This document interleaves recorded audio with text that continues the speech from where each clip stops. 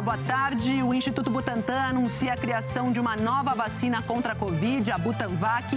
O Butantan vai usar a tecnologia nacional já desenvolvida para a vacina da gripe. O Instituto diz que vai pedir ainda hoje a autorização à Anvisa para começar os estudos em humanos. E a Anvisa recebeu agora de manhã um novo pedido de uso emergencial do imunizante russo Sputnik. Governadores e o presidente do Senado, Rodrigo Pacheco, pedem a vacinação de 2 milhões de pessoas por dia até maio. Em Minas Gerais, a Polícia Federal investiga a denúncia de vacinação irregular por políticos e empresários. São Paulo prorrogou as medidas restritivas depois de registrar um novo recorde no número de mortes por Covid em 24 horas. Na capital paulista, a pausa sanitária começou com movimento em grandes avenidas. E no Rio, barreiras sanitárias provocaram congestionamento em direção à região dos Lagos. E ainda, o presidente Bolsonaro vai até a residência oficial do Senado em uma visita não prevista na agenda oficial. O Brasil participa da reunião do Mercosul em meio à pressão para a saída do ministro Ernesto Araújo. E no Rio, a Polícia Civil apreende celulares dos pais e do padrasto na investigação sobre a morte do menino Henri Borel, de 4 anos. O Jornal Hoje está começando.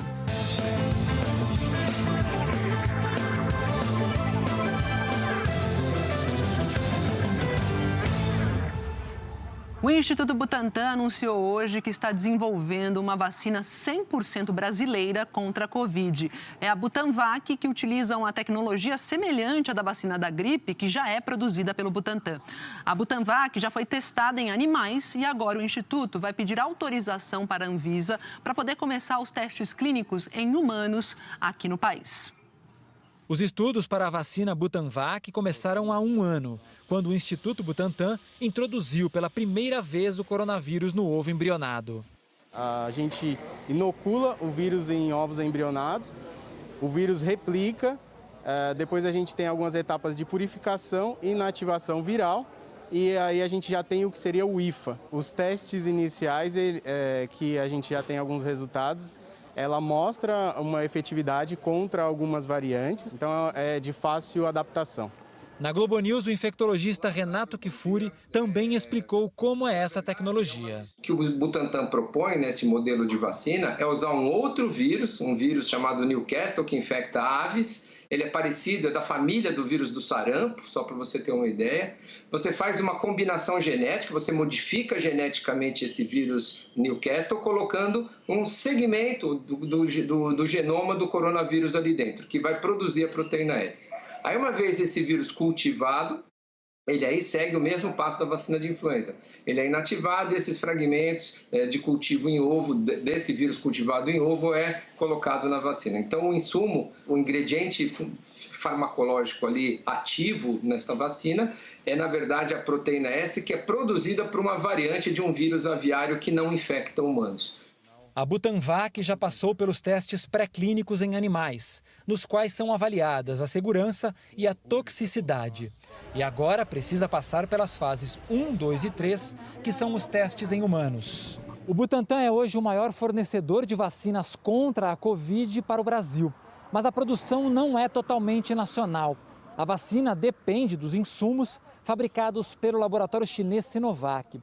Com o anúncio de hoje, o Instituto Butantan diz que já tem uma tecnologia para fazer todo esse processo aqui. E agora depende de uma autorização da Anvisa para iniciar os primeiros testes em humanos. A ideia é ter a participação de 1.800 voluntários na primeira e na segunda fase e 9.000 na terceira. Já temos uma capacidade de produção, nesse momento, de 100 milhões de doses por ano.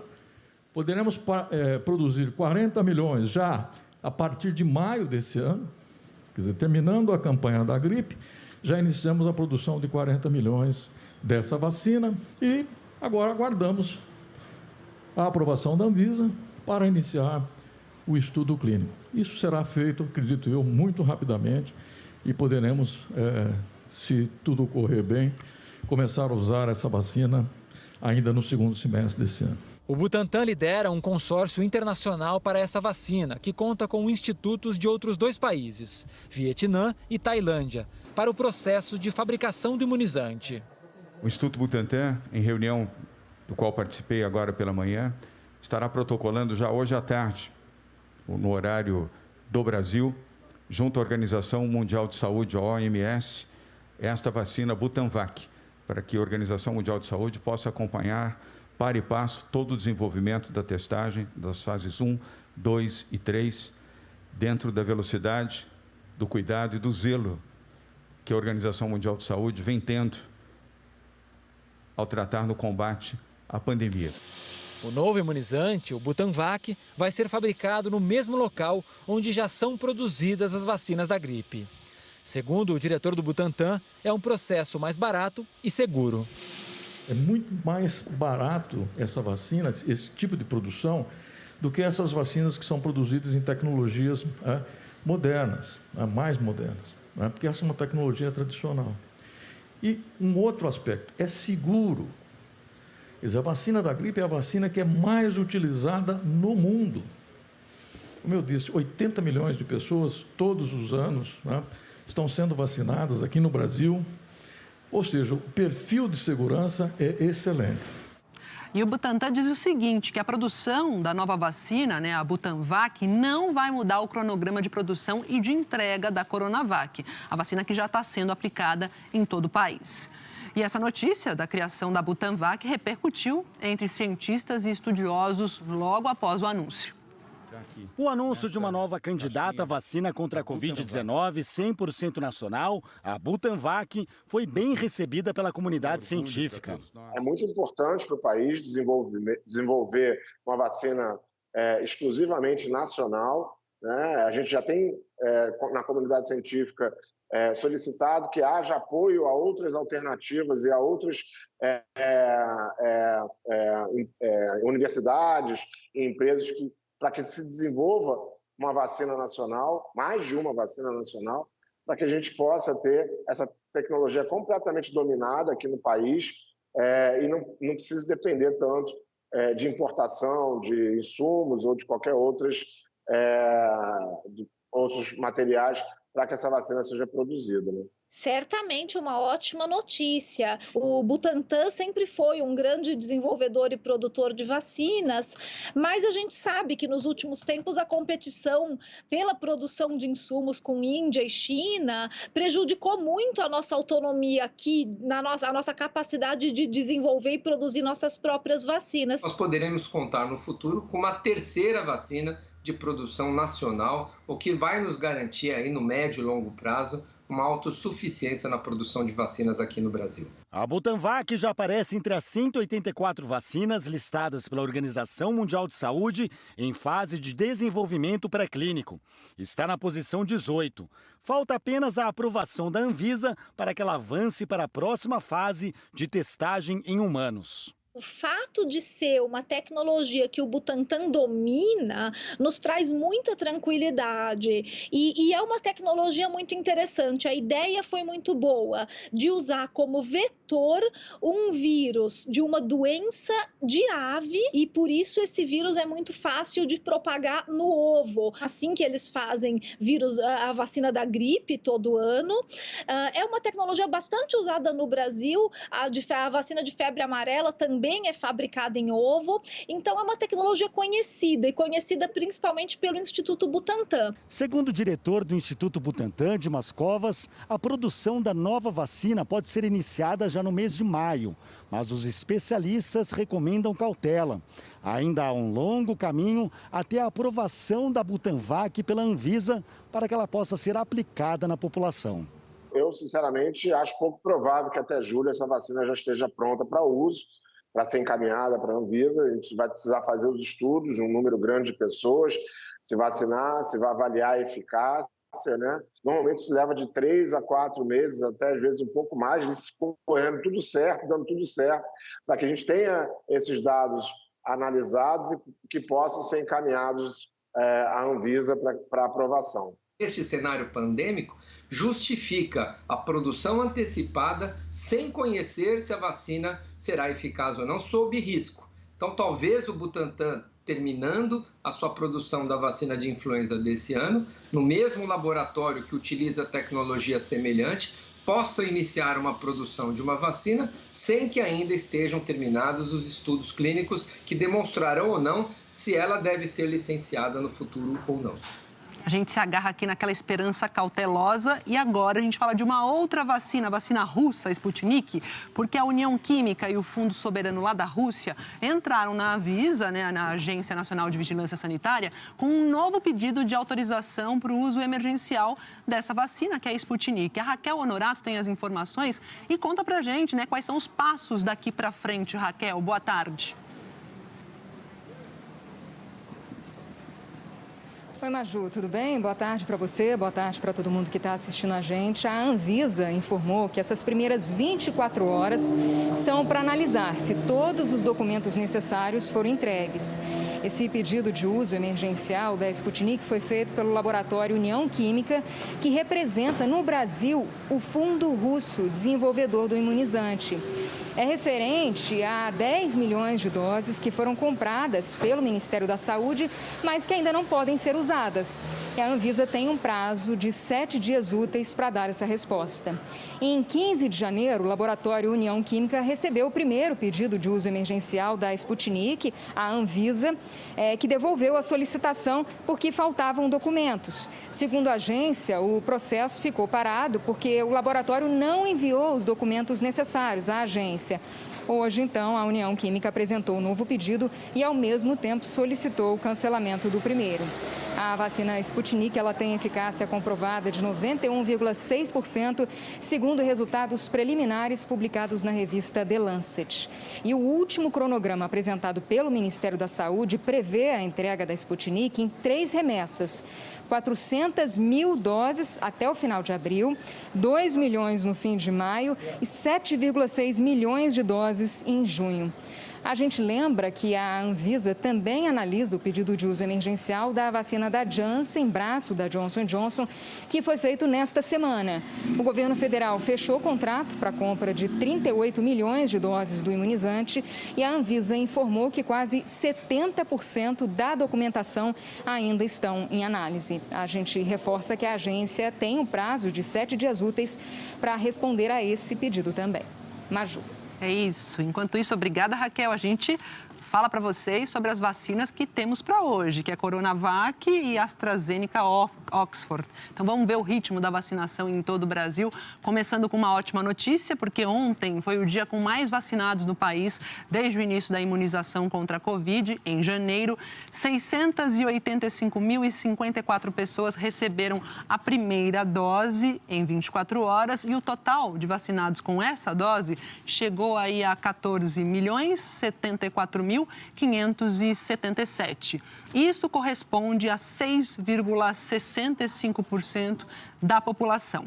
4.515.631 pessoas receberam a segunda dose, ou seja, 2,13% da população recebeu essa dose de reforço. 22 estados e o Distrito Federal atualizaram os dados da vacinação e os que mais vacinaram aparecem sempre aqui em azul escuro. Os números mostram o percentual de pessoas que tomaram a primeira dose em relação ao total da população. Os 5 que mais aplicaram a primeira dose até agora foram Amazonas, Mato Grosso do Sul, São Paulo, Bahia e Rio Grande do Sul. Vamos para os Estados Unidos, porque por lá, 31 dos 50 estados americanos prometeram oferecer vacina contra a Covid para toda a população adulta até a metade de abril. Vou falar sobre isso com o nosso correspondente Felipe Santana, em Nova York. Vacinação avançando muito bem nos Estados Unidos. E como é que está o controle da pandemia por aí, Felipe? Boa tarde. Olha, a pandemia não acabou, Maju. Boa tarde para você, boa tarde a todos. São cerca de 55 mil novos casos por dia ainda aqui nos Estados Unidos. Mas já está muito melhor do que era antes e a vacinação, como você disse, está acelerando. Além desses 31 estados que você mencionou, que vão abrir esse cadastro para toda a população adulta se vacinar na metade de abril, outros tantos estados vão abrir a vacinação para todos no dia 1º de maio. Essa era a meta que o presidente Joe Biden tinha divulgado. Por enquanto, na maioria dos estados, apenas os idosos, pessoas com doenças pré-existentes, trabalhadores essenciais estão podendo se vacinar. Ontem, o Centro de Controle e Prevenção de Doenças americano disse que 130 milhões de injeções foram administradas desde o início da vacinação, em 14 de dezembro do ano passado, e que 14% da população americana já foi totalmente vacinada. A média de doses por dia aqui está estável, cerca de 2,5 milhões diariamente. Se continuar esse ritmo, já na segunda semana de maio, pelo menos metade da população do país já estará, ao menos, parcialmente vacinada. E agora, as farmacêuticas estão operando a todo vapor e a expectativa é que, na metade de maio, os Estados Unidos já tenham em mãos vacina suficiente para a população toda. E tem contratos para mais 400 milhões de doses até o fim de julho. E agora, é isso que está se discutindo aqui, Maju. Vão guardar essas doses ou vão enviar para outros países? Forçamos para enviar para outros países, né? Vacina bem público, como diz a Organização Mundial da Saúde. Espera a sua vez, que deve estar chegando, né, para se vacinar por aí. Felipe, obrigada pelas informações. E olha, a Agência Reguladora de Medicamentos da União Europeia anunciou hoje a abertura de novas fábricas para aumentar a capacidade de produção e fornecimento de vacinas contra a Covid pelo bloco. A União Europeia está atrasada na campanha de vacinação e líderes europeus tentam encontrar soluções para resolver esse problema. Nacionalismo ou não, a Europa, em crise pelas vacinas, quer um mecanismo que endureça o controle nas exportações das doses. Mas uma declaração pós-cúpula ontem enfatizou a importância das cadeias de suprimentos globais necessárias para produzir as vacinas contra a Covid. A distribuição nos países da União Europeia começou lentamente e o governo de Bruxelas culpou as empresas farmacêuticas, principalmente a AstraZeneca, por não entregarem as doses prometidas. A AstraZeneca sustenta honrar seu contrato. A presidente da Comissão Europeia, Ursula von der Leyen, manteve a sua posição. Disse que a AstraZeneca deve recuperar o atraso nas entregas para a União Europeia antes de exportar para outros lugares. O primeiro-ministro da Itália, Mario Draghi, foi taxativo. Os europeus foram enganados por algumas casas farmacêuticas. O presidente francês, Emmanuel Macron, comentou que o episódio marca o fim da ingenuidade na União Europeia. Eu apoio bloquear todas as exportações se algumas empresas farmacêuticas não respeitarem seus compromissos com os europeus, disse ele. Que des laboratoires ne respectent pas leurs engagements avec des Européens. A primeira-ministra alemã, Angela Merkel, também afirmou que a União Europeia não apenas se abastece, mas também exporta para o mundo, ao contrário dos Estados Unidos e da Grã-Bretanha. A União Europeia mandou 77 milhões de doses para 33 países desde dezembro. O presidente dos Estados Unidos, Joe Biden, que também participou da reunião virtual, declarou: "Não estamos em guerra, não somos inimigos." Num esforço para restaurar os laços com a União Europeia depois da relação tensa entre o bloco e o seu antecessor Donald Trump, Biden prometeu vacinas ao território europeu assim que vacinar os americanos. A principal decisão é que os 27 países da União Europeia concordaram em aumentar a produção de vacinas dentro do bloco, para que a distribuição e a entrega possam ser mais rápidas e para que a pandemia possa ser controlada. A gente fala agora daquela suspeita de vacinação VIP, vacinação de camarote. A Polícia Federal fez hoje uma operação em endereços ligados à empresa de transporte Saritur para investigar uma sessão clandestina de vacinação em Minas Gerais. A PF e o Ministério Público Federal investigam se houve importação e uso irregular de vacinas contra a Covid por parte de políticos e empresários de transporte de Minas Gerais. O Vladimir Vilaça fala com a gente, conta tudo como é que está essa operação da Polícia Federal. Vladimir, boa tarde. Oi, Maju, boa tarde para você, boa tarde para todos. Foram cumpridos 6 mandados de busca e apreensão. Um deles na garagem onde teria ocorrido essa vacinação irregular. Os empresários Robson e Rômulo Lessa foram entrevistados informalmente durante as buscas e tiveram os celulares apreendidos. A Polícia Federal ainda não ouviu formalmente nenhum dos suspeitos de terem participado dessa vacinação irregular. Durante a manhã, a polícia recolheu documentos e arquivos de imagens da empresa de ônibus, onde foram feitas as imagens que deram origem à denúncia. Em uma das casas vizinhas, os policiais também recolheram as gravações feitas por uma câmera de segurança. A PF investiga 4 crimes: importação de mercadoria proibida, caso a suposta compra das doses tenha ocorrido antes da aprovação da lei, que trata da aquisição de vacinas por pessoas jurídicas; crime de descaminho, no caso de as doses terem sido compradas após a aprovação da lei; se houve falsificação ou adulteração de produto medicinal, no caso de a vacina dessa vacinação ter ocorrido antes de a Pfizer tivesse obtido o registro do imunizante no Brasil; e a suspeita de receptação por quem teria recebido essas vacinas. A Anvisa, a Agência Nacional de Vigilância Sanitária, também instaurou um dossiê para apurar possíveis infrações sanitárias. O Ministério Público Federal, que investiga o caso, pediu à Justiça para que, se no decurso do cumprimento desses mandados as vacinas forem encontradas, que elas sejam enviadas ao Ministério da Saúde para distribuição e vacinação, mas seguindo o Plano Nacional de Imunização. Vamos ver na reportagem. Os policiais chegaram cedo à garagem onde teria acontecido a vacinação. Eles percorreram o local em busca de evidências que possam colaborar com as investigações. A suspeita é que tenha havido importação irregular de vacinas da Pfizer, que ainda não estão disponíveis no Brasil. Segundo reportagem publicada na quarta-feira na edição online da revista Piauí, um grupo de políticos e empresários, a maioria ligada ao setor de transporte de Minas Gerais e parentes deles, teriam tomado a primeira das 2 doses da vacina contra a Covid. De acordo com a revista Piauí, os organizadores da vacinação seriam os donos da aviação Saritur. Um deles, Rubens Lessa, é presidente do Sindicato das Empresas de Transporte de Passageiros Metropolitano. A segunda dose está prevista para ser aplicada nas cerca de 50 pessoas daqui 30 dias. As 2 doses custaram a cada pessoa R$ 600. Entre os vacinados, segundo a revista, também estariam o ex-senador e ex-presidente da Confederação Nacional do Transporte, Clésio Andrade, e o deputado estadual Alencar da Silveira, do PDT.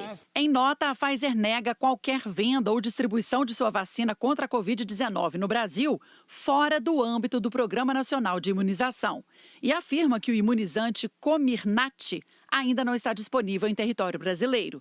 Segundo a nota, a Pfizer e a BioNTech fecharam um acordo com o Ministério da Saúde, contemplando o fornecimento de 100 milhões de doses da vacina contra a Covid ao longo de 2021. A TV Globo confirmou que na última terça-feira teve uma movimentação anormal numa garagem de ônibus. A situação chamou a atenção dos vizinhos. Carros grandes, carros caros. Este vídeo mostra a fila de carros no estacionamento. Em uma das vagas, uma pessoa com jaleco branco retira algo do porta-malas, dá a volta e para em frente ao motorista, fazendo um movimento parecido com o que seria a aplicação de uma vacina. Depois, ela também parece aplicar a vacina em uma mulher que está fora do carro. Aí eu percebi, eu como profissional de saúde, eu sei como é feita uma vacinação. Aí eu percebi que estava sendo feita a vacinação naquelas pessoas. Ainda de acordo com a revista Piauí, a enfermeira que vacinou o grupo se atrasou porque estava imunizando outro grupo na Belgo Mineira, mineradora que hoje pertence à ArcelorMittal Aços. De acordo com a ArcelorMittal, a empresa nunca comprou nenhuma vacina da Pfizer ou de qualquer outra empresa farmacêutica e que desconhece qualquer atuação de seus profissionais em atos correlacionados à vacinação fora dos protocolos do Ministério da Saúde. Hoje, além de ir aos endereços ligados à aviação Saritur, a Polícia Federal foi a algumas casas vizinhas que possuem câmeras externas de segurança para requisitar as imagens. O empresário Rubens Lessa diz que desconhece o assunto, que essa garagem aqui, onde teria acontecido a vacinação, não é do Grupo Saritur. E que os nomes que aparecem na reportagem não são de pessoas que fazem parte da direção do grupo. Mas analisando o registro deste endereço da empresa, aparecem lá os nomes destes empresários. Sobre isso, Lessa afirmou que a garagem já foi operada por uma empresa do grupo e que a empresa dele não opera no local da suposta vacinação há pelo menos 2 anos. A garagem onde teria acontecido a vacinação é da Companhia Coordenadas de Transporte, empresa que pertence à família Lessa. Em 2019, teve uma divisão do grupo. Desde então, os empresários Robson José Lessa Carvalho, Rômulo Lessa Carvalho, Roberto Lessa Carvalho, Rubens Lessa Carvalho passaram a administrar a Saritur. E a Coordenadas Transporte ficou sob a administração de Vitor Pérez Lessa Carvalho, Bruna Pérez Lessa Carvalho, Rafael Rabelo Lessa Carvalho e Leonardo Rabelo Lessa Carvalho. E aí é o seguinte, o grupo Saritur, empresarial Saritur, mandou uma nota dizendo que os nomes citados na reportagem da Piauí não fazem parte do corpo societário do grupo. O ex-presidente da Confederação Nacional do Transporte, que é o Clésio Andrade, disse que desconhece o assunto e que há 2 meses está em quarentena no sul de Minas. À revista Piauí, o Clésio Andrade disse que foi convidado e tomou a vacina e que foi gratuita para ele. O deputado estadual Alencar da Silveira Júnior, do PDT, negou que tenha participado da vacinação. Nós não conseguimos contato com os responsáveis pela Companhia Coordenadas de Transportes. Em Itajaí, no litoral norte de Santa Catarina, começaram a funcionar hoje mais 3 polos de vacinação depois de 2 dias de filas gigantescas. A vacinação para idosos entre 70 e 74 anos começou há 2 dias em um único local. Ontem, os carros começaram a chegar por volta das 8 da noite. Muitos idosos passaram a madrugada esperando para pegar senhas que só foram distribuídas hoje, às 7 da manhã, quando a fila já estava em 5 quilômetros. A Prefeitura de Itajaí decidiu abrir, então, mais 3 postos de vacinação e disse que vai criar, na semana que vem, um sistema de agendamento. E São Paulo bateu pela 2ª vez nesta semana o recorde de mortes registradas em 24 horas. Foram 1.193 no estado de ontem para hoje. Na capital paulista, começou uma pausa sanitária até o domingo de Páscoa. Pausa sanitária é seu nome. A Prefeitura antecipou os feriados para que as pessoas não tenham que ir trabalhar e pede que todo mundo que possa fique em casa. A pausa sanitária começou mais ou menos com a mesma cara do dia útil de ontem. Nem era horário de pico, mas o movimento de carros estava intenso na Marginal Pinheiros, uma das principais vias da cidade de São Paulo. Realmente o movimento de carro está muito grande. No centro da cidade deu para sentir a diferença. As ruas estavam mais vazias. Faz quase 2 semanas que o estado de São Paulo está na chamada fase emergencial. É a mais rígida até o momento, tirando o lockdown. Pela cidade de São Paulo, tudo que não é essencial está assim, com as portas fechadas. É o caso das lojas aqui da rua 25 de março. A pausa sanitária da capital paulista começa hoje e vai até domingo, dia 4 de abril. Outras 20 cidades da região metropolitana também vão antecipar feriados durante a próxima semana para tentar diminuir a transmissão do coronavírus. Hoje, o estado bateu um novo recorde: 1.193 mortes registradas em 24 horas. Para se ter uma ideia, em um mês, a média diária de mortes no estado dobrou. Foi de 233 para 475. Na capital paulista, o aumento é ainda maior, 127%. Saltou de 48 para 109. Por causa do colapso no sistema de saúde, o estado de São Paulo registrou a morte de 216 pessoas que estavam na fila à espera por um leito de UTI.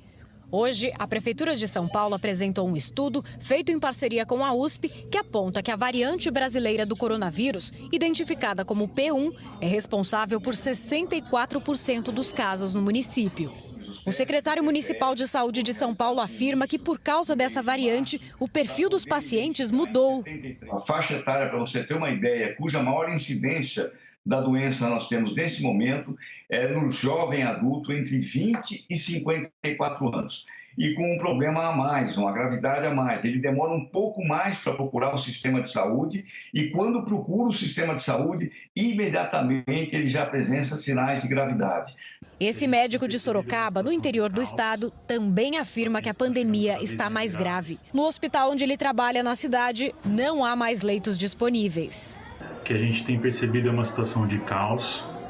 Os pacientes estão chegando cada vez mais graves e cada vez mais jovens. As equipes estão cada vez mais sobrecarregadas, estressadas emocionalmente. Para a presidente da Associação Brasileira de Saúde Coletiva, a nova variante contribuiu para o aumento de casos em São Paulo e no Brasil. Mas, para Gulnara Azevedo, se os governos tivessem tomado medidas restritivas antes, investido em testes e isolamento de casos, a situação estaria melhor. Se de fato essa nova variante for mais transmissível, o impacto pode ser grande, mas ela por si só não explica o aumento exponencial que estamos vendo da pandemia. É importante seguir as outras recomendações de saúde pública. Cuidar de fato de doentes, isolar seus contatos, rastrear outras pessoas que possam estar infectadas e, com isso, o que precisamos fazer tudo agora é diminuir a transmissão, para que com menos casos a gente consiga diminuir o número de óbitos. É esse o grande apelo. O Ministério Público vai investigar 8 casos de pessoas que, segundo familiares, morreram por falta de oxigênio enquanto esperavam por leitos de UTI. Essas mortes foram em hospitais do estado e do município aqui de São Paulo. Tanto a Prefeitura da capital paulista quanto o governo estadual negaram que as mortes foram causadas por falta de oxigênio. E vamos lá, né? Não é feriado, é pausa sanitária e as prefeituras do litoral de São Paulo estão adotando medidas para reduzir a circulação de turistas nesse período. Na Baixada Santista, praia agora é só assim, vazia. Com o lockdown, o acesso à faixa de areia está fechado, os hotéis não podem receber turistas e foram montadas barreiras sanitárias. Em Santos, tem que provar a necessidade de entrar na cidade. Quem não consegue, volta para casa. Em São Sebastião, no litoral norte, a triagem é feita na rede hoteleira, que exige o teste negativo de Covid-19 na chegada do hóspede. Nós ligamos para todos os nossos hóspedes com check-ins futuros. Muitos deles optaram por remarcar ou cancelar a reserva. Em alguns casos, o valor do teste é praticamente o valor da diária que ele está pagando. Então, inviabiliza totalmente a operação hoteleira nesse caso. A cidade vizinha, que é Ubatuba, adotou o rodízio de carros. Até o dia 4 de abril, veículos com placas final par e ímpar vão revezar nas ruas. A exceção são os moradores, prestadores de serviços essenciais e quem recebeu as 2 doses da vacina. E a Guarda Municipal foi reforçada para fiscalizar o trânsito. Caraguatatuba, a maior cidade do litoral norte, proibiu o aluguel de imóveis de veraneio. A multa para quem desrespeitar passa de R$ 7.000. Ilhabela foi ainda mais restritiva e está proibindo a entrada de turistas que não apresentarem o teste PCR negativo feito em até 48 horas. Essa medida começou a valer hoje e vai até o domingo de Páscoa. Quem não tiver essa comprovação não vai conseguir nem embarcar nas balsas. A gente teve uma conversa antecipadamente com o governo do estado. Eles entenderam que a atitude era correta, que o intuito era diminuir a transmissão da doença.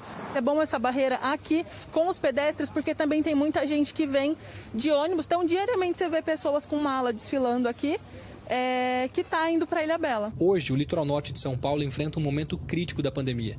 O Hospital Regional em Caraguatatuba, que é referência para a região, está com 99% dos leitos de UTI ocupados. Eu acho que tem que segurar um pouco o turismo. Não é hora de passear, né? É hora de fazer o isolamento. A gente sai porque precisa trabalhar, mas muito restrito. E o governo de São Paulo acabou de anunciar a prorrogação da fase emergencial. A Daniela Geminiani tem os detalhes para a gente. Daniela, como é que fica agora? Boa tarde.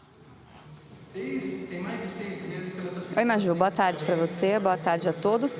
A previsão inicial é que a fase emergencial terminasse no dia 30 de março, terça-feira da semana que vem. Agora vai durar até o dia 11 de abril, nessa nova tentativa do governo estadual de reduzir a transmissão do novo coronavírus no estado de São Paulo. Para lembrar, na fase emergencial, só os serviços essenciais podem funcionar presencialmente. Retirada em bares e restaurantes, por exemplo, está proibida, assim como os escritórios que não são essenciais precisam funcionar no teletrabalho. São algumas das medidas durante essa fase. Durante a coletiva de imprensa que acontece agora aqui no Palácio dos Bandeirantes, eles também anunciaram o início da vacinação dos idosos com mais de 68 anos a partir do dia 5 de abril. É um público estimado aí em 350 mil pessoas no estado de São Paulo. Falando dos números da pandemia aqui no estado, esse registro de 1.193 mortes no estado num período de 24 horas, o Dr. Diego Gorenstein, secretário estadual de saúde, disse que possivelmente esse registro tão alto ainda seja um reflexo, um represamento dos dados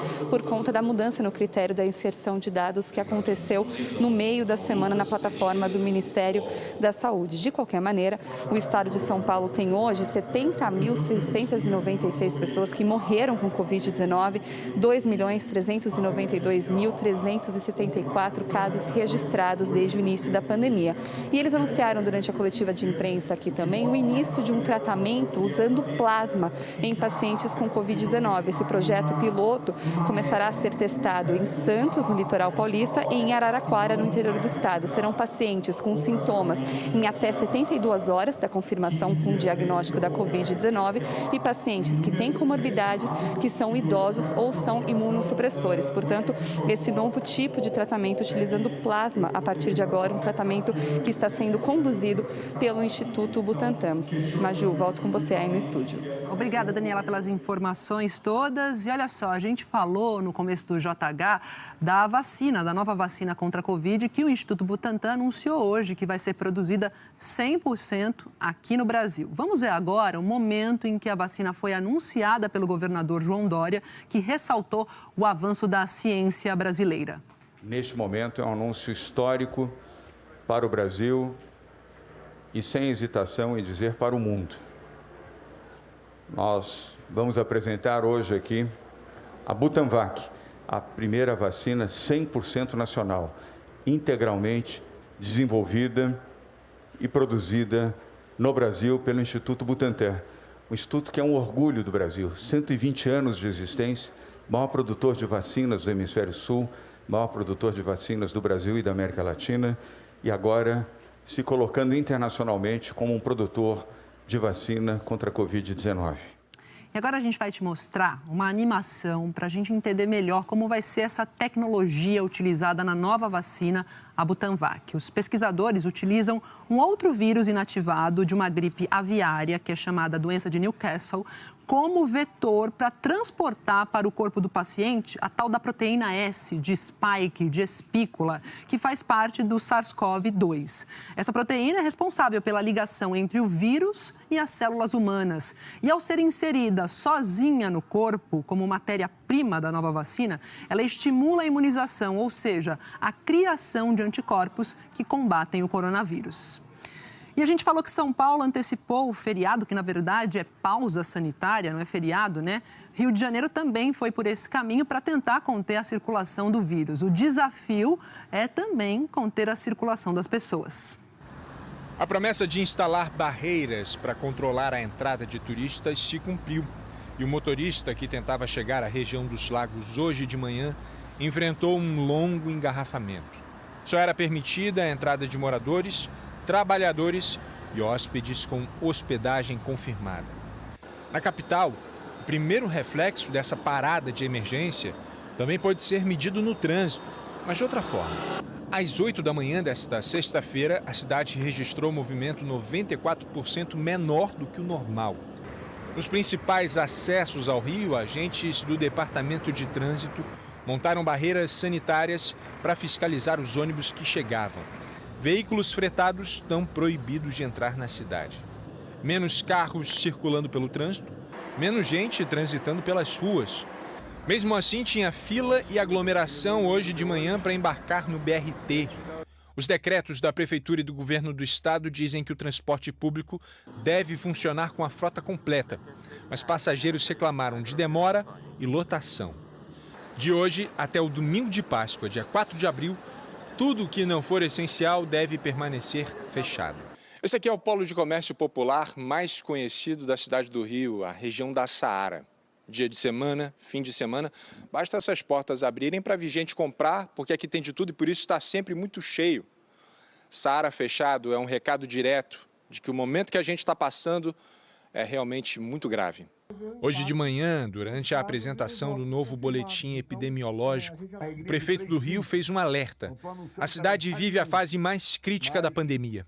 Esses 10 dias de recolhimento não são férias.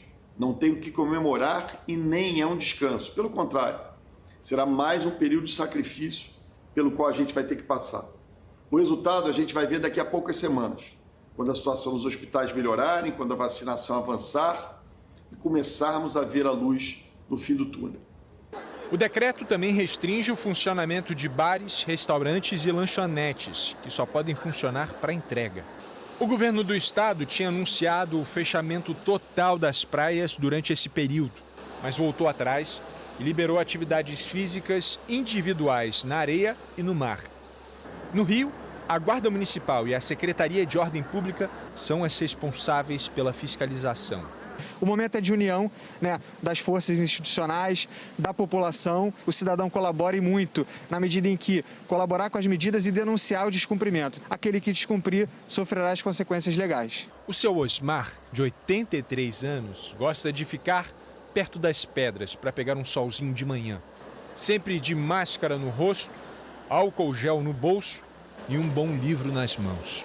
É uma obrigação, é uma questão de disciplina. Procuro me cuidar e cuidar dos outros. Dá-lhe, seu Osmar. Olha, sobre a superlotação no ônibus, a Secretaria Municipal de Transportes do Rio afirmou que não houve redução na frota do BRT. Sobre as linhas convencionais, a Secretaria disse que enviou ofício aos consórcios que administram essas linhas, determinando a operação normal. O consórcio Rio Ônibus, que administra os ônibus municipais, afirmou que a frota já tinha sido reduzida por causa da queda do número de passageiros desde o começo das medidas de restrição. Em Sergipe, o toque de recolher vai começar mais cedo. A circulação de pessoas vai ficar restrita a partir das 6 da tarde. Supermercados e todo o comércio devem fechar às 5 para que os funcionários possam voltar para casa. Pelo segundo final de semana seguido, todas as praias do estado vão ficar fechadas. Sergipe está há 25 dias com alta na média móvel de mortes e com o sistema de saúde em colapso. Na rede pública, a ocupação dos leitos de UTI está em 90%. Lá, agora, a vez de falar de Pernambuco, porque o governo prorrogou até o fim do mês as medidas mais restritivas e a Luna Machman conta pra gente, fala pra gente tudo, como é que fica essa situação a partir dessa prorrogação. Luna, boa tarde. Oi, Maju, boa tarde para você e a todos. O governador Paulo Câmara anunciou ontem que até o dia 31 de março, apenas serviços essenciais podem funcionar, como supermercado, padaria. Com isso, Pernambuco vai completar 14 dias seguidos de medidas mais restritivas em todo o estado. Então, a partir do dia 1 de abril, serviços não essenciais vão poder reabrir, mas com horário mais restrito, das 10 horas da manhã às 8 horas da noite, durante a semana, e das 9 horas da manhã até as 5 horas da tarde, durante os finais de semana e também nos feriados. Parques e praias vão poder reabrir no mês de abril, mas apenas para a prática de esportes individuais, nada de ficar na areia, nem comércio ambulante, nem também barracas podem funcionar. Esse novo plano vai valer até o dia 25 de abril. Essa flexibilização da quarentena vem num momento muito delicado da pandemia aqui em Pernambuco. Teve recorde de novos casos confirmados nesta semana, foram 2.786 confirmações num único dia e a taxa de ocupação dos leitos de UTI está em 98% na rede pública estadual. Por isso, a Secretaria de Saúde reforça que a população redobre os cuidados e o Estado disse que está acompanhando diariamente a taxa de ocupação para ver a necessidade da abertura de novos leitos. Maju. É isso, a Luna que trouxe informação de Pernambuco, onde as medidas restritivas foram prorrogadas até o dia 31 de março. Obrigada, Luna. Bom trabalho para você. E Curitiba está completando hoje 2 semanas de bandeira vermelha, apenas com serviços essenciais funcionando, e os resultados vão começando a aparecer. Há 2 semanas, esse é o cenário no centro de Curitiba. O comércio não essencial fechado é uma das determinações que tem ajudado a cidade a reduzir alguns indicadores da pandemia. Quando a bandeira vermelha começou a valer em Curitiba, a média móvel de novos casos por dia era de 1.234. Depois de um pequeno aumento, os números começaram a cair e ontem essa média ficou em 937 novos casos, redução de 24%. A taxa de transmissão da doença caiu para 0,95, o que, segundo especialistas, indica que a propagação da doença está desacelerando.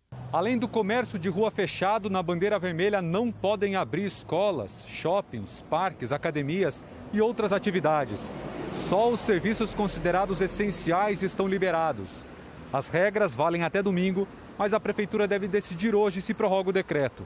Outro dado positivo do período da bandeira vermelha é a redução da fila de espera por um leito, tanto de UTI quanto de enfermaria, em Curitiba e região. Em 13 de março, 417 pessoas aguardavam uma vaga. Nos dias seguintes, esse número chegou a um pico de 499, quando começou a reduzir. Hoje, são 377 pessoas, queda de 24%. Um leito de UTI, numa UTI, no mês roda 2 pacientes.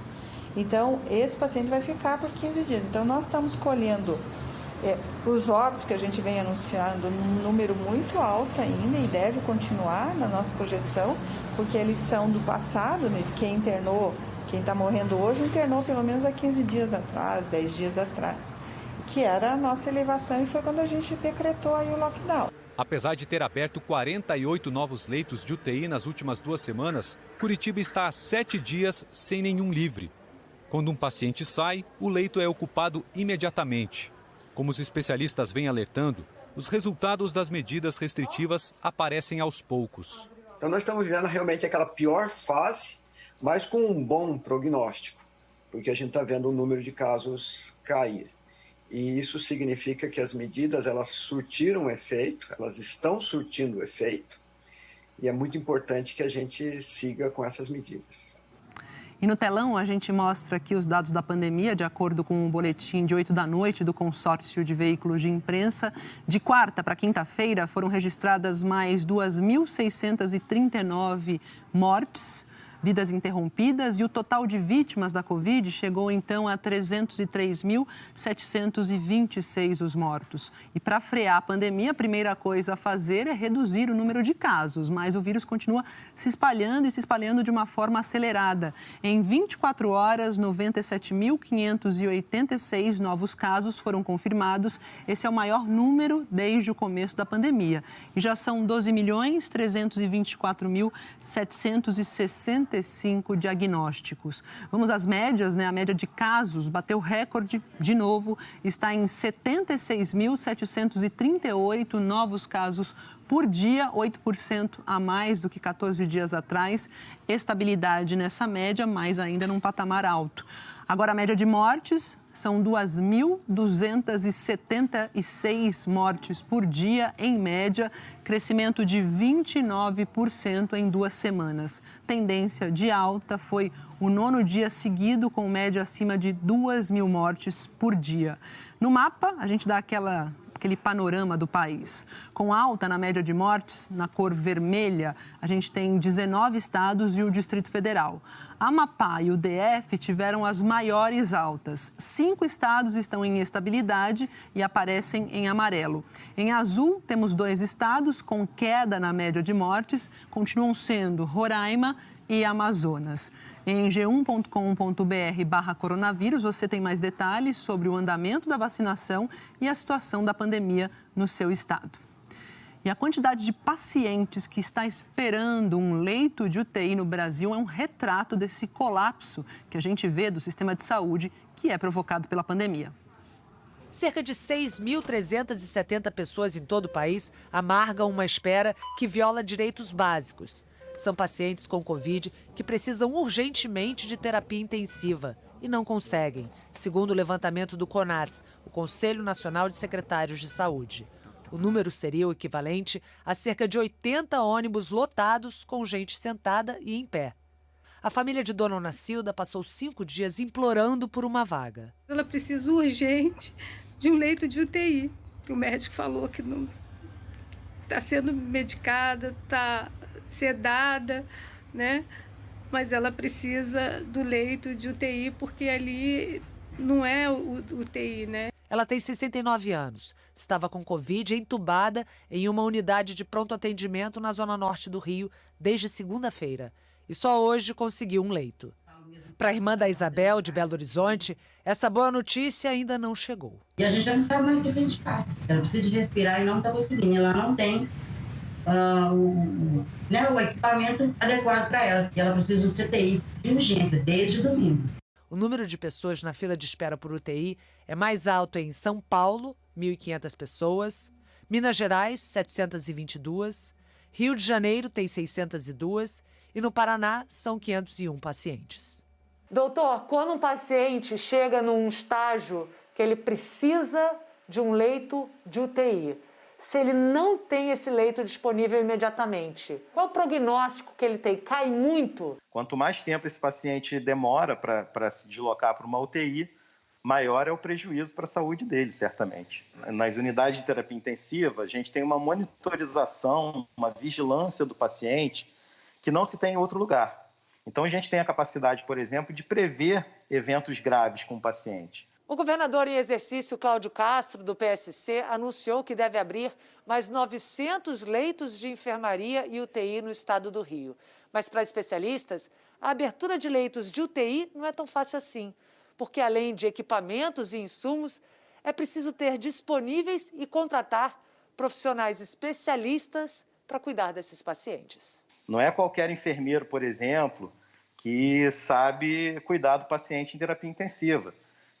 Profissionais de enfermagem especializados em terapia intensiva, eles sabem lidar, por exemplo, com os cuidados de via aérea, de respirador, de aspiração de vias aéreas. Então, o cuidado, quando é feito fora de uma unidade de tratamento intensivo, é um cuidado capenga, vamos dizer assim.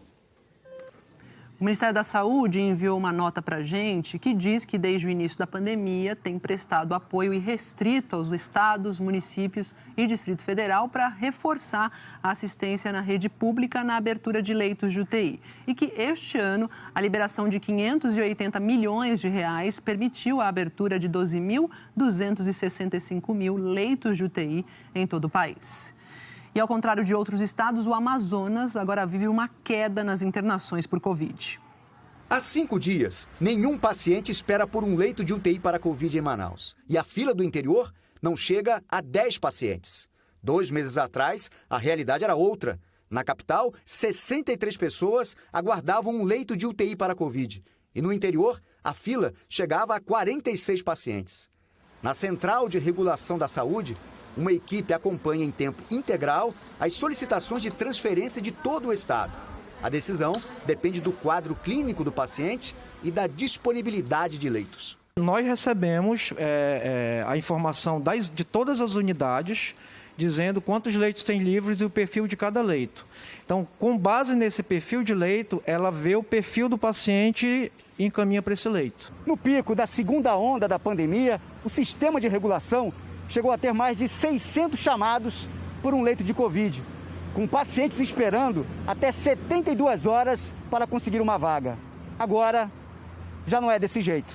Nós temos atendimento hoje muito rápido na capital do Amazonas, até 6 horas no máximo essa regulação é feita. O interior, dependendo do município, até 24 horas, por causa nós precisamos da remoção aeromédica, mas os números estão caindo para a Covid e isso é importante. Com a situação um pouco mais equilibrada, o Amazonas está recebendo pacientes de outros estados. Já foram 45 transferências, 42 de Rondônia e 3 do Acre.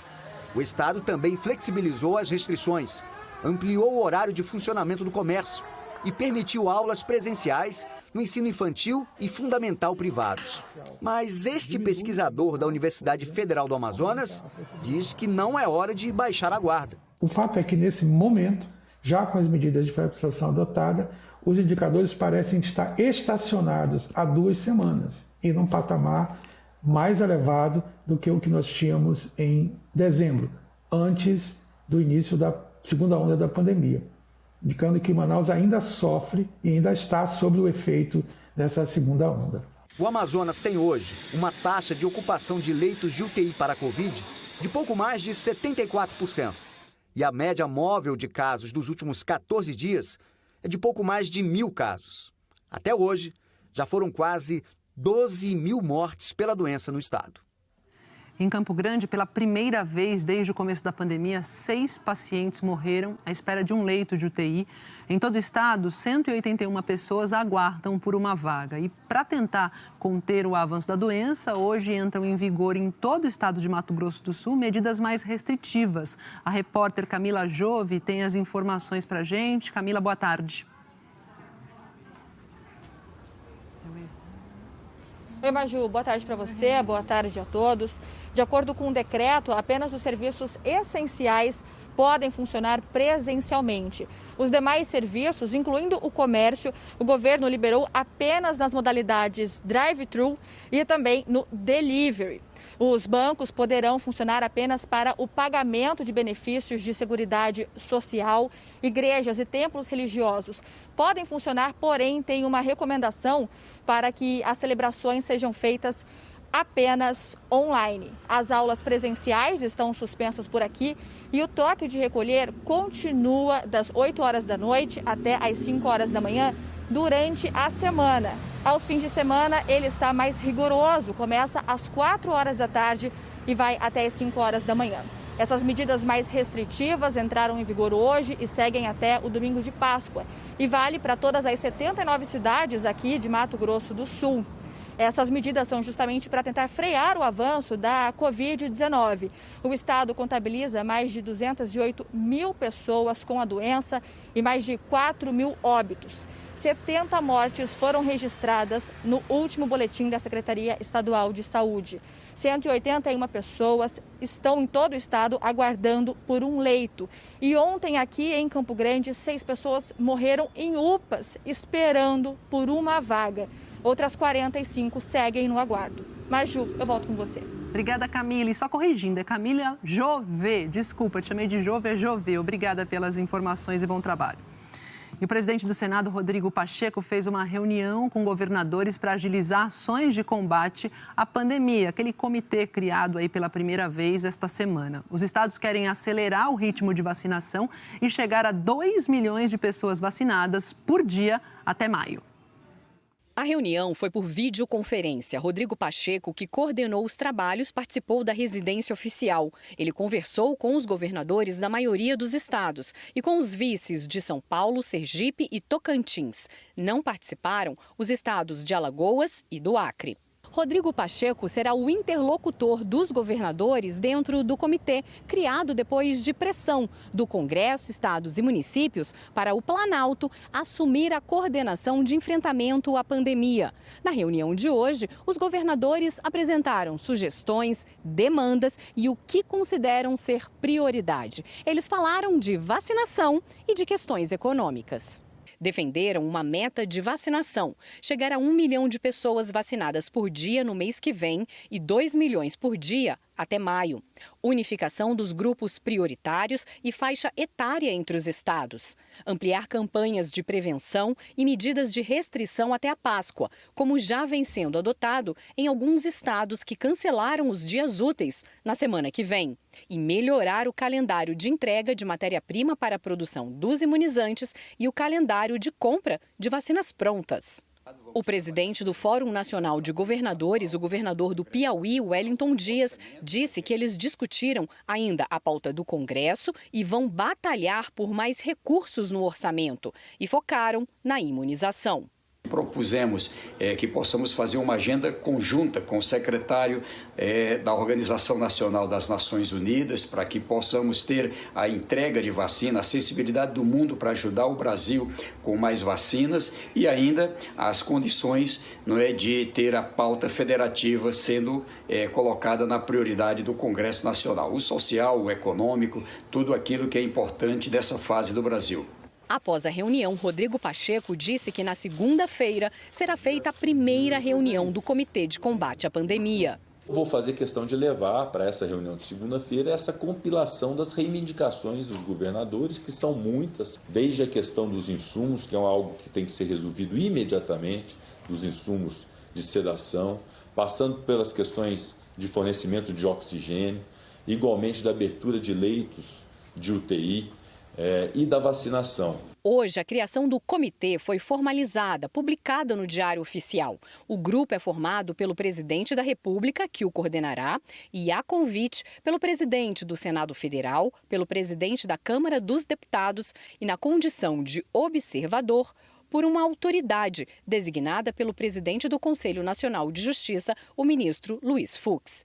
Também poderão ser convidados especialistas e representantes de órgãos e entidades médicas, por exemplo. O comitê terá duração de 90 dias, mas poderá ser prorrogado. E uma portaria que foi publicada hoje no Diário Oficial da União reincorporou o ex-ministro da Saúde, Eduardo Pazuello, aos quadros do Exército. Pazuello, que é general da ativa, estava cedido ao Ministério desde 28 de abril do ano passado, quando ele foi nomeado secretário executivo da pasta. Em nota, o Exército informou que ainda será definida a função do general. E a Justiça Federal em Brasília aceitou a denúncia do Ministério Público Federal e tornou réu o hacker Marcos Roberto Correia da Silva. Ele foi preso pela Polícia Federal na última sexta-feira em uma operação que investiga o que é considerado o maior vazamento de dados já registrado aqui no país. Marcos Roberto é um dos suspeitos pelo vazamento de dados pessoais de 223 milhões de brasileiros, inclusive de pessoas mortas. São informações como nome completo, CPF, CNPJ de empresas e endereço que o hacker tentava vender em sites na internet que usados para negociar essas informações. Nós não conseguimos contato com a defesa de Marcos Roberto. E ainda hoje, os prejuízos bilionários causados pelo navio encalhado no Canal de Suez. A seguir, os investimentos estrangeiros diretos na economia brasileira mais do que dobraram no primeiro bimestre do ano. Em Santa Catarina, deputados e desembargadores decidem sobre o impeachment do governador Carlos Moisés, do PSL. O Brasil participa da reunião do Mercosul em meio à pressão pela saída do ministro Ernesto Araújo. O presidente Bolsonaro vai até a residência oficial do Senado em uma visita não prevista na agenda oficial. E a polícia do Rio faz buscas na investigação sobre a morte do menino Henri Borel, de 4 anos. Voltamos já já.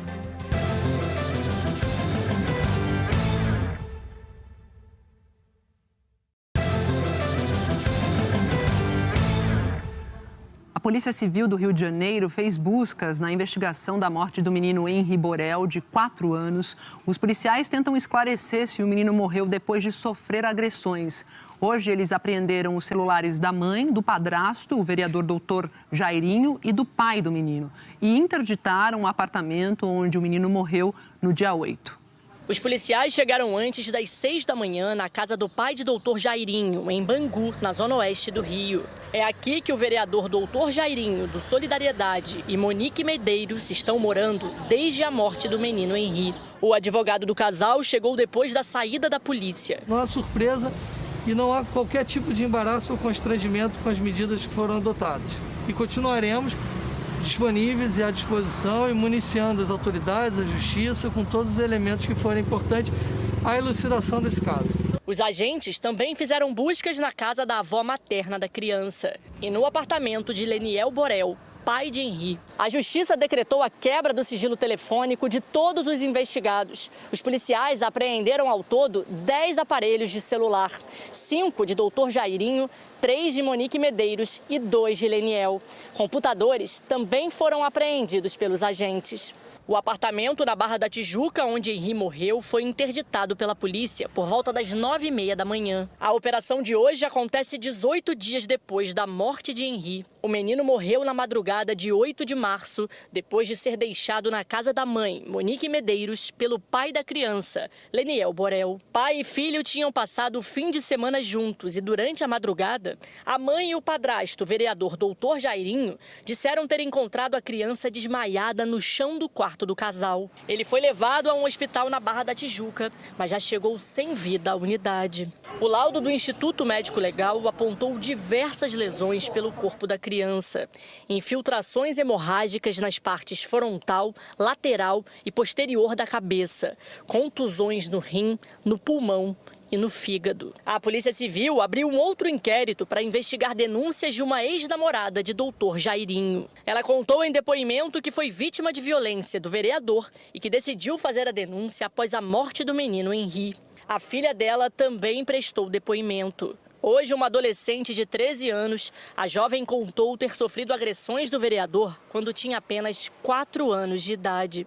No depoimento, que foi acompanhado por um psicólogo, a menina relatou diversas agressões que teria sofrido durante o relacionamento da mãe com o vereador. Doutor Jairinho nega que tenha cometido qualquer violência.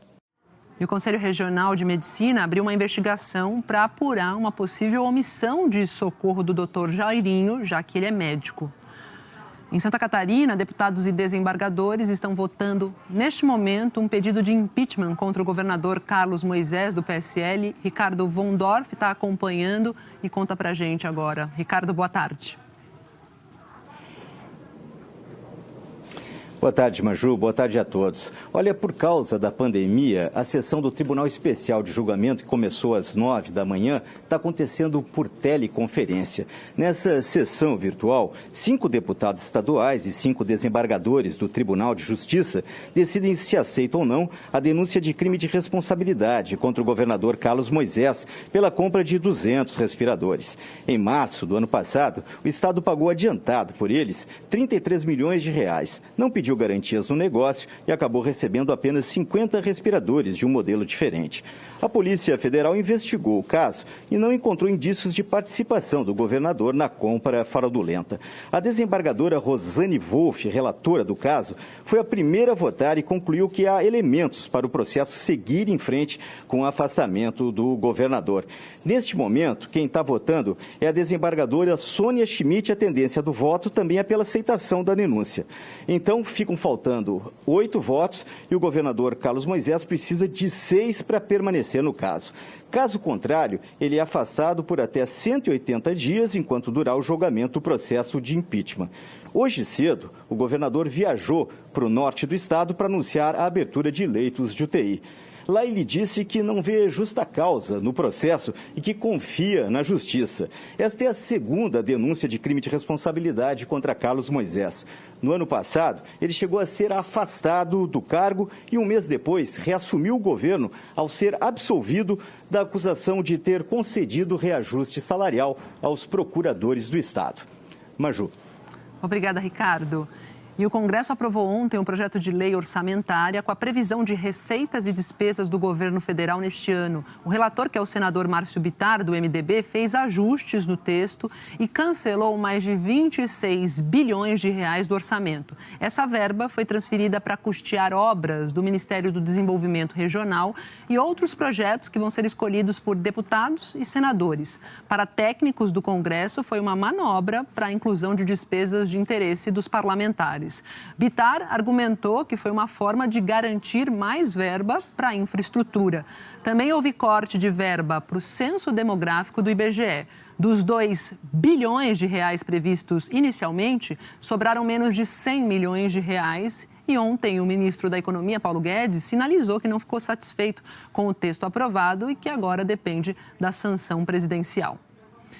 Os investimentos estrangeiros diretos na economia brasileira mais do que dobraram no primeiro bimestre do ano, na comparação com o mesmo período de 2020, e o rombo das contas externas caiu 37% em janeiro e fevereiro. Vou conversar agora com o nosso... Antes de eu conversar, deixa eu terminar aqui. Foram divulgadas essas informações hoje pelo Banco Central. E agora sim, eu vou conversar com o Hugo Evaristo, que vai explicar tudo pra gente, né, Hugo? Boa tarde.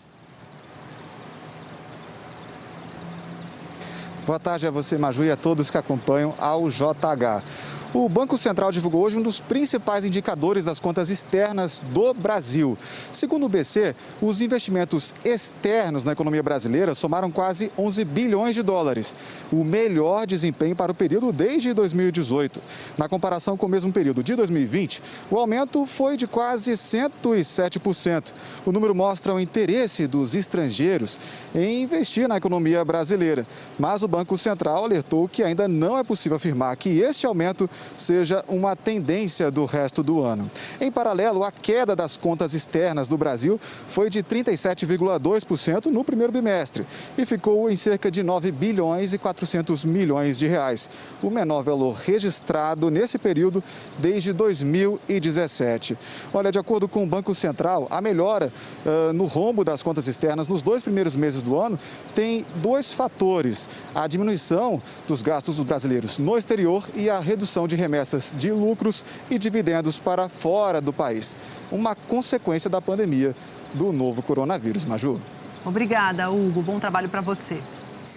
E o ministro das Relações Exteriores, Ernesto Araújo, participou hoje de uma reunião do Mercosul ao lado do presidente Jair Bolsonaro. Ernesto Araújo tem sofrido pressões de parlamentares aliados para deixar o cargo.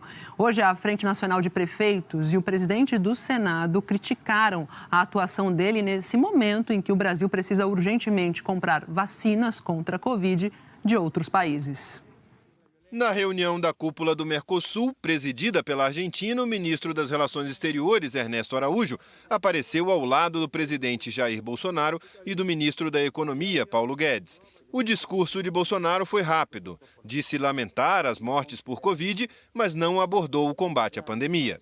Reafirmo minha solidariedade às famílias e meu profundo pesar pela perda de vidas e pelo sofrimento que a pandemia tem causado aos nossos povos. A falta de uma política externa mais eficiente continua aumentando a pressão pela demissão de Ernesto Araújo, mas por enquanto ele segue no cargo. Hoje, a Frente Nacional de Prefeitos divulgou uma nota em que diz que a pandemia ganhou contornos catastróficos no país e que um dos elementos dessa tragédia é a diplomacia, que tem cometido repetidos desatinos em um momento em que o apoio internacional é indispensável. Ainda segundo a nota da Frente Nacional dos Prefeitos, o ministro das Relações Exteriores do Brasil, Ernesto Araújo, já apresentou um leque diverso de trapalhadas e atitudes destrutivas. Diante disso, a Frente Nacional de Prefeitos registra sua apreensão e preocupação com esse contexto. Clama, portanto, para que o governo federal assuma sua responsabilidade, substitua o ministro e reverta a política externa desastrosa que vem adotando. O exemplo mais recente vem de Macapá, capital do Amapá. Diante da escalada de casos da doença, o governo da Venezuela ofereceu esta semana 20 mil metros cúbicos de oxigênio para o estado. O ministro das Relações Exteriores da Venezuela disse que estava à disposição. Ontem, a Embaixada da Venezuela reafirmou a disposição de ajudar, mas ainda espera um sinal do governo brasileiro. Em nota, disse que em situações como esta é fundamental atuar com humanidade e bom senso. Apenas aguardamos por parte das autoridades e do governo federal pelos trâmites necessários para a finalização do embarque, como foi feito no passado recente nos estados de Amazonas e Roraima. Mas o Itamaraty até agora não designou ninguém para intermediar a negociação. Ontem, o senador Randolfo Rodrigues, que é do Amapá, fez um apelo por ajuda do presidente do Senado diante da demanda crescente por oxigênio. Hoje, em entrevista, disse que o impasse diplomático ainda não foi resolvido. É um sinal do fracasso diplomático brasileiro. A conduta diplomática brasileira, a essa altura, está custando vidas de compatriotas nossos. Está custando pela ausência de vacinas e agora está custando pela ausência de oxigênio. Em outra frente, um avião da Força Aérea Brasileira está levando hoje ao estado equipamentos para a montagem de uma usina de oxigênio em Macapá para ajudar a enfrentar o problema. Hoje, o presidente do Senado, Rodrigo Pacheco, depois de uma reunião com governadores sobre a pandemia, voltou a pedir mudanças na política externa brasileira. É preciso melhorar a relação com os demais países, inclusive com a China, porque a China é o maior parceiro comercial que temos do Brasil. Então, eu considero que, para além de uma avaliação pessoal sobre o desempenho do ministro, vamos falar sobre ideias, sobre propostas e sobre comportamentos. E isso precisa melhorar na relação exterior do Brasil. Pacheco manteve as críticas à política externa brasileira mesmo após uma conversa com o presidente Bolsonaro.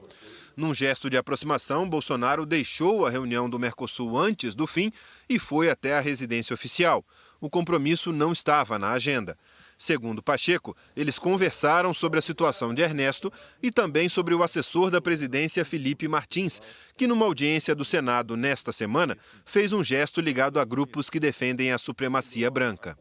Eu informei ao presidente da República que isso é objeto de um procedimento de apuração, de investigação no âmbito da Polícia Legislativa do Senado Federal, que terá as suas conclusões e as consequências jurídicas desse fato serão, obviamente, existentes, serão apuradas e serão tomadas as providências. E apesar de ofícios enviados por parlamentares do Amapá ao Itamaraty, o Ministério das Relações Exteriores disse em nota que não recebeu pedido para intermediar a doação de oxigênio pela Venezuela e que essa é uma tarefa do Ministério da Saúde. O Ministério da Saúde não nos respondeu. E sobre o gesto feito pelo assessor especial para assuntos internacionais da Presidência da República, o Felipe Martins, a Procuradoria Regional dos Direitos do Cidadão no Rio Grande do Sul pediu hoje que seja aberta uma investigação a respeito. Segundo o procurador da República, Henrico Rodrigues de Freitas, há indícios de suposta prática de crime de racismo e improbidade cometido por servidor público federal no exercício do cargo. E a Argentina anunciou a suspensão de todos os voos regulares com o Brasil, Chile e México a partir de amanhã. O governo argentino disse que a medida tem prazo indeterminado e o objetivo é evitar a disseminação de novas variantes de Covid, como a variante brasileira. Essa decisão foi publicada hoje no Diário Oficial. O governo de Alberto Fernandes já tinha suspendido os voos do Reino Unido. Coreia do Norte agora confirmou hoje que lançou novos mísseis balísticos, como já tinham alertado ontem autoridades na Coreia do Sul. A TV estatal norte-coreana divulgou fotos dos últimos lançamentos e afirmou que os mísseis atingiram os alvos na costa leste do país a uma distância de 600 quilômetros. O Japão disse que a distância foi menor, de 400 quilômetros. A TV estatal norte-coreana afirmou ainda que os mísseis podem carregar uma carga de 2,5 toneladas, que é o suficiente para uma ogiva nuclear. Esse foi o primeiro lançamento de um míssil balístico em quase um ano e o primeiro durante o governo do presidente americano Joe Biden. Resoluções do Conselho de Segurança da ONU proíbem a Coreia do Norte de fazer testes com mísseis. E a seguir, o congestionamento de navios e os prejuízos bilionários causados pelo cargueiro encalhado no Canal de Suez, as mortes causadas por tornados nos Estados Unidos. E o Thiago Scheuer conta como fica o tempo aqui no Brasil. É já já.